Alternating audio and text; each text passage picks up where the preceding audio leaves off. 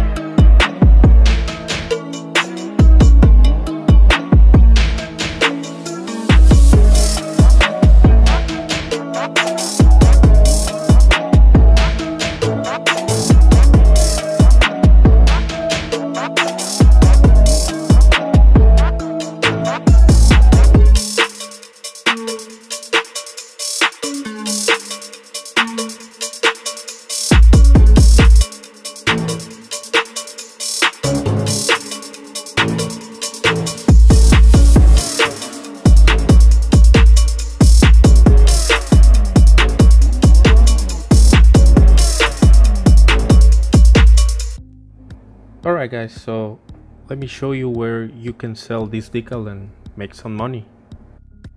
You can sell it on ebay.com. Look at this listing.